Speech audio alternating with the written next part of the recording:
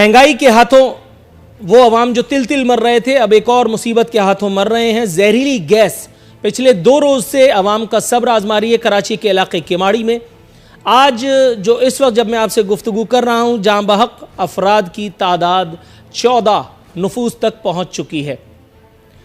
14 अफराद किसी दूर अफ्तादा इलाके में नहीं, किसी फार फ्लंग एरिया की बात नहीं हो रही। पाकिस्तान के सबसे बड़े शहर कराची में लुक़्मे अजल का निशाना बन चुके हैं।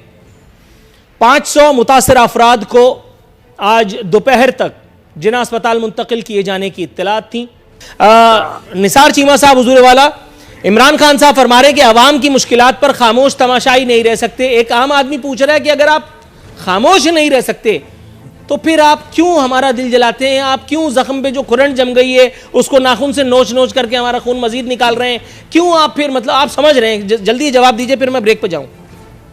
अल्लाह ही रहम करे। अगर खामोश रहने पे ये हालत हो गई है तो कुछ करेंगे तो पता नहीं क्या क़यामत ढाएंगे। अल्लाह ताला माफ़ी दें। अल्लाह ताला ये है कि अपनी पनाह में रखे इस कौम को जो कुछ 1.5 साल में इन्होंने हशर कर दिया है। सच्ची बात यह है कि अवाम तो कानों को हाथ लगा चुके हैं और ये उनका सब्र का पैमाना लबरेज़ हो चुका है और वो तो झोलियाँ उठा उठा के इस ज़ालिम और नाअहल हुकूमत से निजात के लिए दुआएं कर रहे हैं। और मैं वैसे जनाब रमेश कुमार साहब का बड़ा शुक्रगुजार हूँ और उनको मैं अप्रिशिएट करता हूँ कि उन्होंने बड़ा हकीकत पसंदाना ये तजिया किया और अपना मौक़िफ़ दिया कि देखें सोशल मीडिया के हवाले से ये है कि ये सब स्टेक होल्डर्स को ऑन बोर्ड लेना चाहिए, एतमाद में लेना चाहिए। और ये क्या तरीका है कि जब तक सोशल मीडिया आपके हक़ में इस्तेमाल होता रहे, आपके लिए ये है कि वो मुवाफ़िक हो, मददगार हो, तो ये है कि वो बिल्कुल वो काबिल तारीफ़ है। अगर ये आपका एहतसाब करने लग जाए या आप पे एक जायज़ तनकीद भी करे तो आपके लिए काबिल बर्दाश्त नहीं है।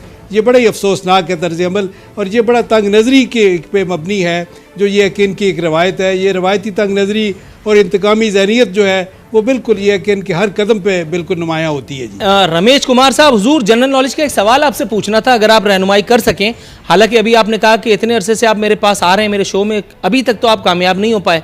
कोशिश कीजिए इस मरतबा तकदीर आपका साथ दे सके। हुजूर 18 माह में बिजली मरहलावार या एक ही बार महंगी करने की तजावीज़ सामने आई हैं। मंजूरी के लिए वज़ीर आज़म से मंजूरी लेने के बाद तजावीज़ ECC को पेश की जाएंगी। 18 माह में बिजली मरहलावार या एक ही बार महंगी करने की तजावीज़, सपोज ये काम हो गया और होके ही रहेगा, मतलब बहुत सारे काम आपने कर लिए, किसने रोक लिया आपको? मतलब अवाम की आहो फोगा ये वो गई सब इधर उधर।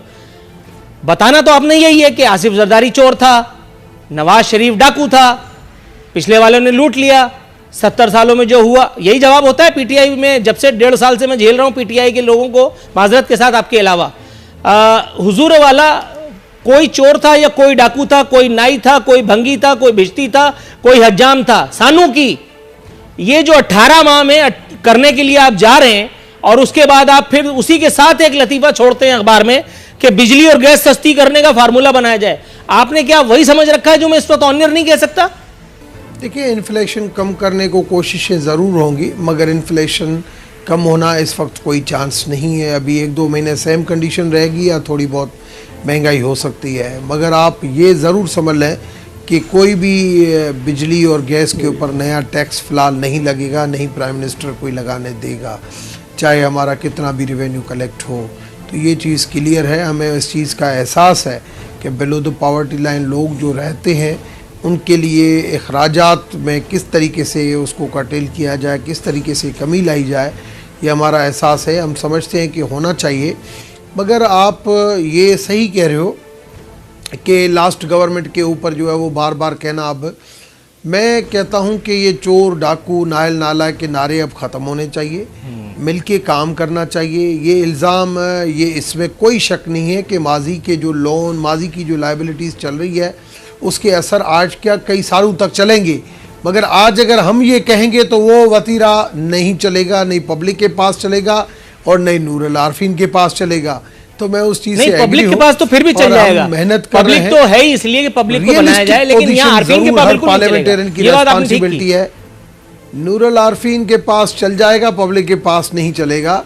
मगर इसके ऊपर मैं थोड़ा सा तवक्कुफ चले या नहीं चले सर, थोड़ा सा तवक्कुफ। रियलिस्टिक डॉक्टर होना निसार चाहिए। चीमा जो है वो मुस्कुरा रहे, थोड़ा सा उनका भी सब्र आजमाए ना। हकीकत पसंद होना चाहिए हर पार्लियामेंटेरियन को, हकीकत पसंद। यहाँ पे जहाँ पे आज पाकिस्तान खड़ा है, किसी ने कोई कसर नहीं छोड़ी है। राइट, कम से कम सबको मेहनत करके मुल्क को क्राइसिस से निकालना पड़ेगा। Got your point. Doctor Nisar Cheema, हुजूर वाला खबर बता रही है नून लीग का मार्च में हुकूमत के खिलाफ तहरीक चलाने का ऐलान।